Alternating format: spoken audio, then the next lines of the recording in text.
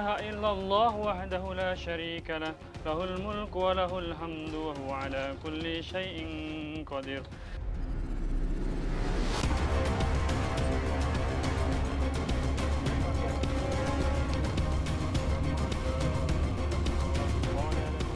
وننزل من القرآن ما هو شفاء ورحمة للمؤمنين.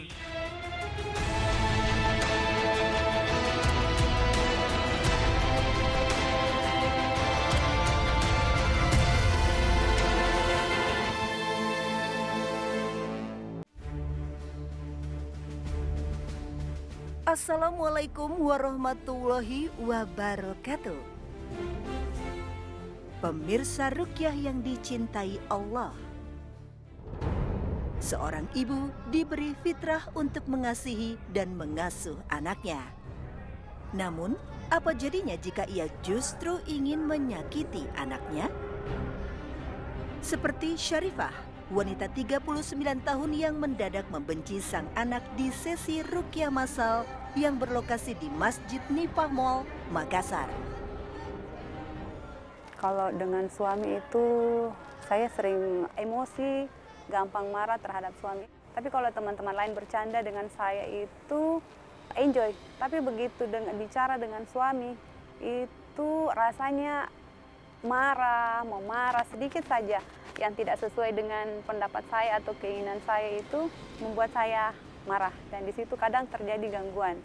Kalau dengan anak saya itu baru terjadi pada saat ikut pengobatan yang baru-baru ini. Saya heran kok kenapa anak saya jadi sasaran saya, yang selama ini cuma suami saya. Tiba-tiba ia berteriak penuh emosi seraya berusaha loncat dari lantai 2. Mbak Syarifah ini reaksinya sangat luar biasa. Dia ada di lantai 2, loncat-loncat, dan ketika teman-teman memegang dia, menundukkan dia, dia menjulurkan kakinya ke bawah, berusaha untuk bisa menembus pembatas tersebut. Luar biasa. Maka kemudian kami memutuskan untuk menanganinya lebih serius. Kita datangi ke rumah. A'udzu billahi samiil alim minasyaitonir rajim. Bismillahirrahmanirrahim. Alif Lam Mim. Kami pun melakukan terapi Qur'ani pada Syarifah di kediamannya di Maros, Sulawesi Selatan. Lantunan ayat suci Al-Quran menghadirkan rasa gelisah, seperti ada yang ia pikirkan. Jiwanya semakin terperangkap kegelisahan, hingga tiba-tiba ia bangkit dan menuju ruang belakang.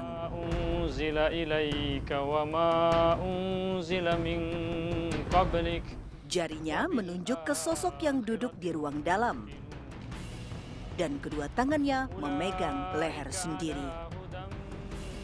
Ibu dari satu putri ini mendadak masuk ke ruang dalam dan mendekati sesosok wanita paruh baya. Ketika di Ruqyah, Bu Syarifah ini awalnya menangis dan ia langsung saja pergi menuju ruangan belakang di mana ibunya sedang duduk. Dan di situ ia langsung menggapai meraih kaki kiri ibunya dan memukul-mukul kaki ibunya. Saya sungguh kaget. Ya Allah, kok bisa seorang anak memukul-mukul, menyalahkan ibunya atas apa yang telah terjadi dalam kehidupannya? وَلَقَدْ عَلِمُوا لَمَنِ اشْتَرَاهُ مَا لَهُ فِي الْآخِرَةِ مِنْ خَلَاقٍ. Kenapa? Kenapa? Aku benci. Ayo, keluar. A'udzu billahi minasyaitonir rajim. Bismillahirrahmanirrahim. Wattaba'u ma tatlu asyayatin 'ala mulki Sulaiman. Wama kafara Sulaiman walakin. Ustadz Muhammad Zunaidi kembali fokus meruqyah Syarifah, dan ia tiba-tiba meraih sesuatu dari bawah meja. Yu'allimuna an-nasa syahra wama unzila 'alal malakain bi Babil Harut wa Marut. Wama yu'allimani min ahadin hatta yaqula hatta yaqula innama nahnu fitnatun fala takfur fayata'allamuna minhuma ma yufarriquna bihi bainal mar'i wa zawjihi. Kebenciannya yang begitu mendalam terhadap anaknya membuat ia semakin tidak kontrol.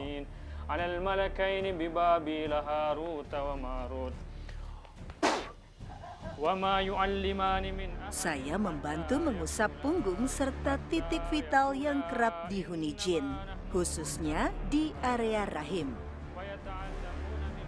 Caranya dengan memijatnya di area perut bagian bawah dan menariknya ke atas. Alhamdulillah, terapi kali ini cukup berhasil. Untuk melengkapi terapi, Ustadz Zunaidi bertanya, apakah keluarga menyimpan benda-benda bertuah? Waktu saya menyebutkan itu badik, saya terlintas saja di kepala sebut badik. Saya awalnya tidak ada arah kalau badik itu ternyata tempatnya jin itu. Ya.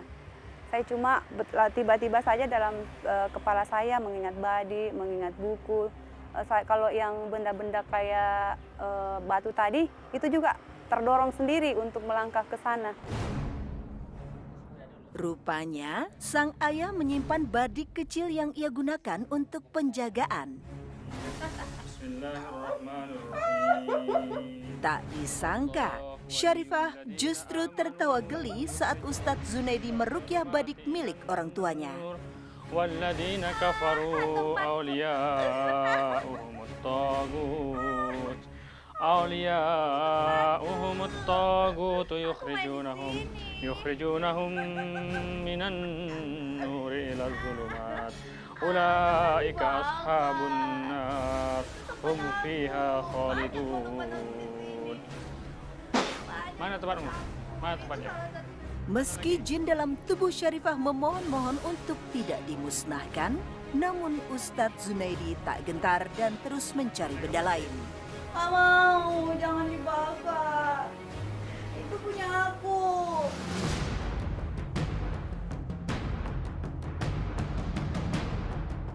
Ya pemirsa Ruqyah, bisa dilihat di sini Bu Syarifah makhluk dalam tubuhnya semakin menggigil dan gemetaran ketika Ustadz Zun mau membakar ada badik kecil yang ia bilang adalah tempat bermainnya dia.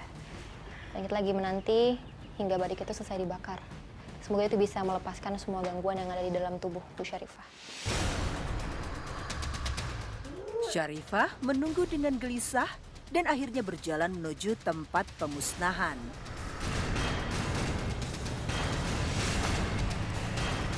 Ia pun bergetar seketika dan lemas menjatuhkan diri.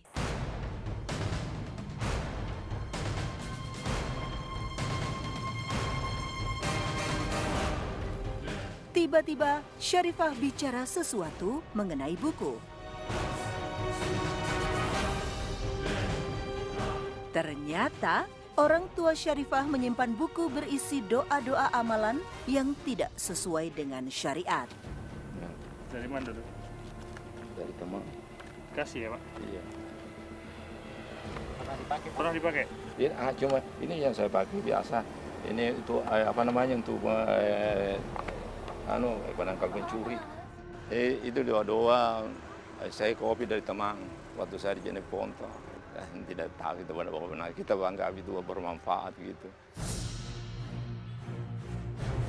Tidak membuang waktu, Ustadz Zunaidi memusnahkan buku yang mencampurkan yang hak dan yang batil. Dan secara spontan, Syarifah pun tersetrum dan merasa kepanasan. Ia gemetar dan menjatuhkan dirinya ke tanah, berusaha memadamkan api. Selain dari unsur-unsur psikologis yang melatar belakangi gangguan dari Mbak Syarifah ini, ada unsur-unsur lain. Dan luar biasa ketika badik itu kita bakar, ternyata punya koneksi dengan Mbak Syarifah.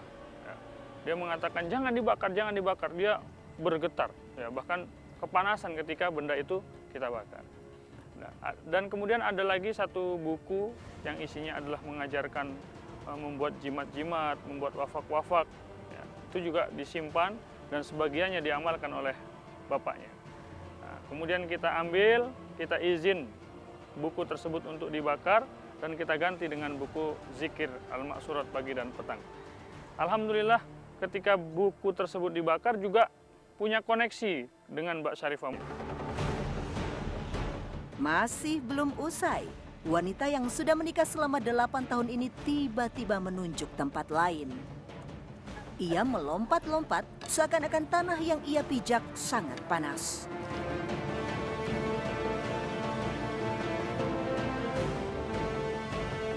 Syarifah bergegas masuk rumah dan menelusuri kamar. Ia mencari sebuah batu kecil pemberian teman, yang akhirnya Syarifah ikhlaskan. La ilaha illallah wahdahu la syarika lah, lahul mulku wa lahul hamdu wa huwa ala kulli syai'in qadir. Keberadaan benda-benda yang dianggap keramat atau memiliki tuah justru mengikat seseorang dan memberi ruang bagi jin dan setan untuk menguasai raga. Karena sesungguhnya hanya kepada Allah lah kita boleh berpasrah.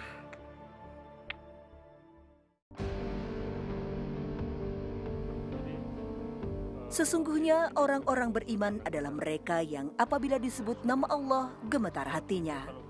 Dan apabila dibacakan ayat-ayatnya kepada mereka, bertambahlah imannya dan hanya kepada Rabb mereka bertawakal. Quran Surah Al-Anfal ayat 2. Jadi kekesalan yang ada di hatinya itu kepada ibunya, kepada bapaknya, ya, kepada semua pihak yang mendukung nikah paksa yang terjadi pada dirinya. Maka kebencian itu mengarah kepada semua pihak. Tapi setelah kita pahamkan bahwa jodoh kita, rezeki kita, kematian kita, ajal kita telah ditetapkan Allah Subhanahu wa Ta'ala, dan kita sebagai seorang hamba harus menerima ketetapan Allah tersebut dengan mauqif imaniyah, dengan sikap keimanan, maka Mbak Syarifah ini kemudian bisa menerima. Alhamdulillahirabbil alamin.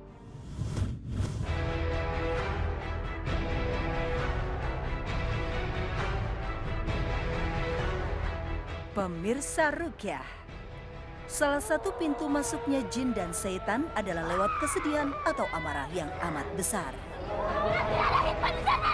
Ya, setiap manusia pasti pernah bersedih kala diberi cobaan atau ujian dari Allah Ta'ala.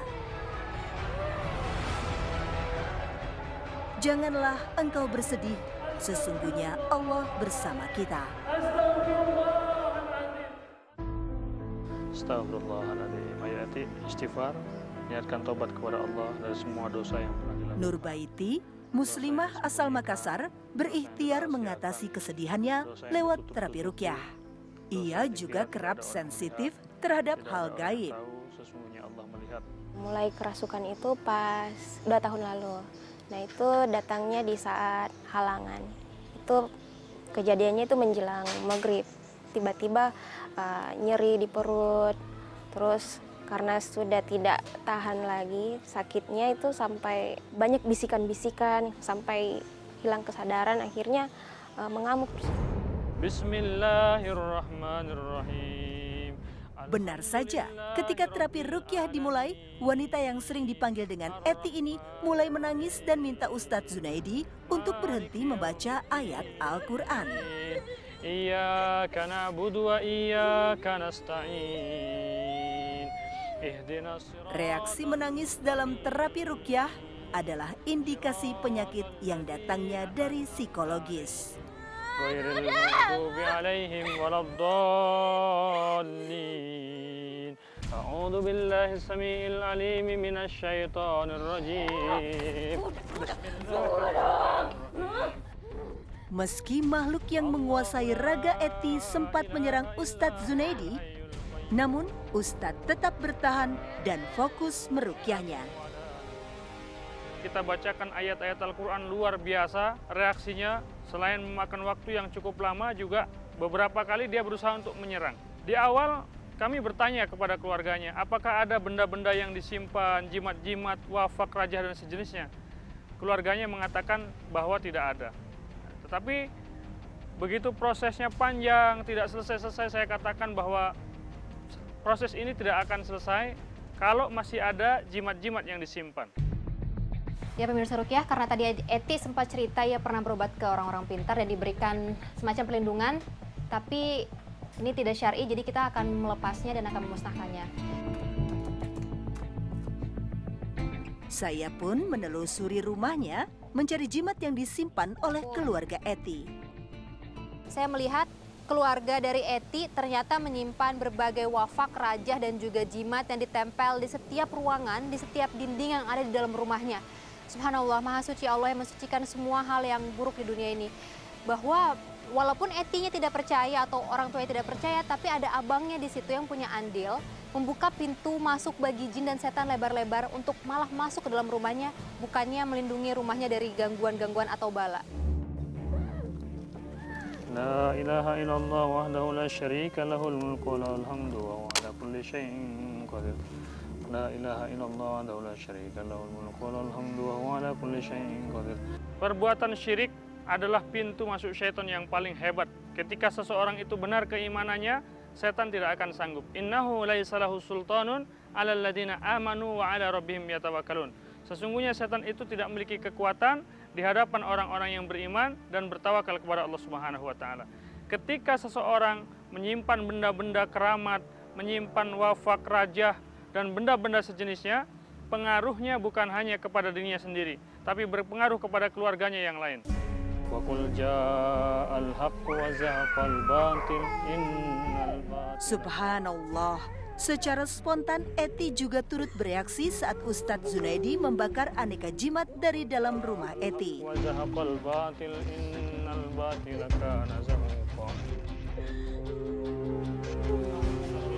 Keluarga Eti ini memang kalau kita lihat belum begitu paham batasan antara mana yang diperbolehkan dan mana yang tidak diperbolehkan.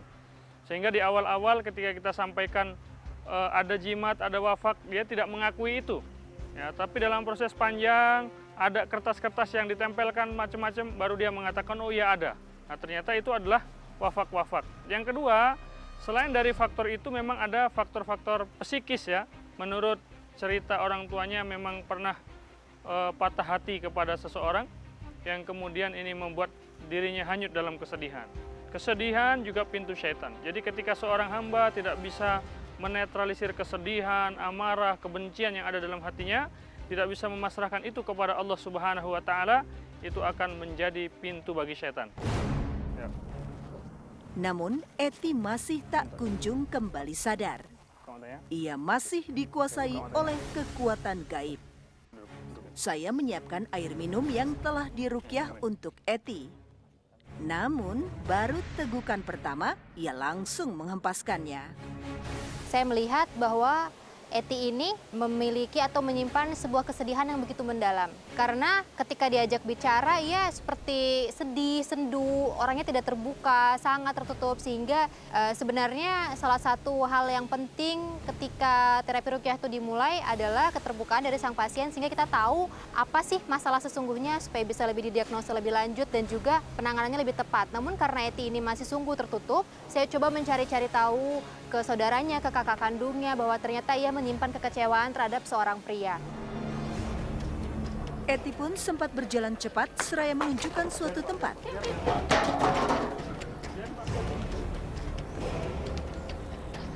Dan ia menggali tanah di sudut luar rumahnya.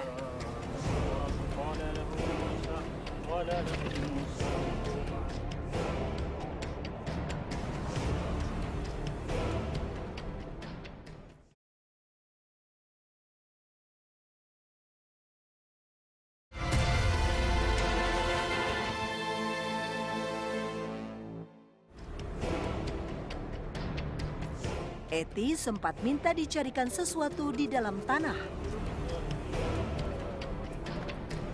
Namun, jika memang tidak ditemukan apa-apa, tempat tersebut langsung disiramkan air ruqyah untuk menghilangkan energi negatif dan menggantinya dengan ayat-ayat Allah.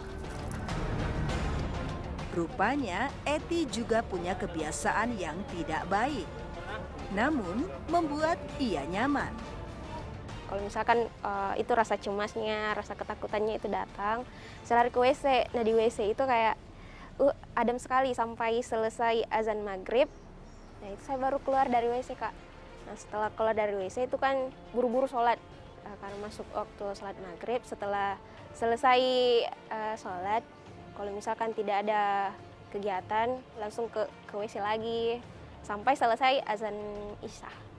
Eti ini juga sempat berhenti kuliah karena ia merasa sangat down, sangat sedih sehingga ia tidak sanggup untuk berangkat kuliah. Akhirnya memutuskan untuk tidak pergi ke kampus. Hingga seperti itu saya juga tahu bahwa Eti ini suka sekali menyendiri atau melamun di dalam kamar mandi.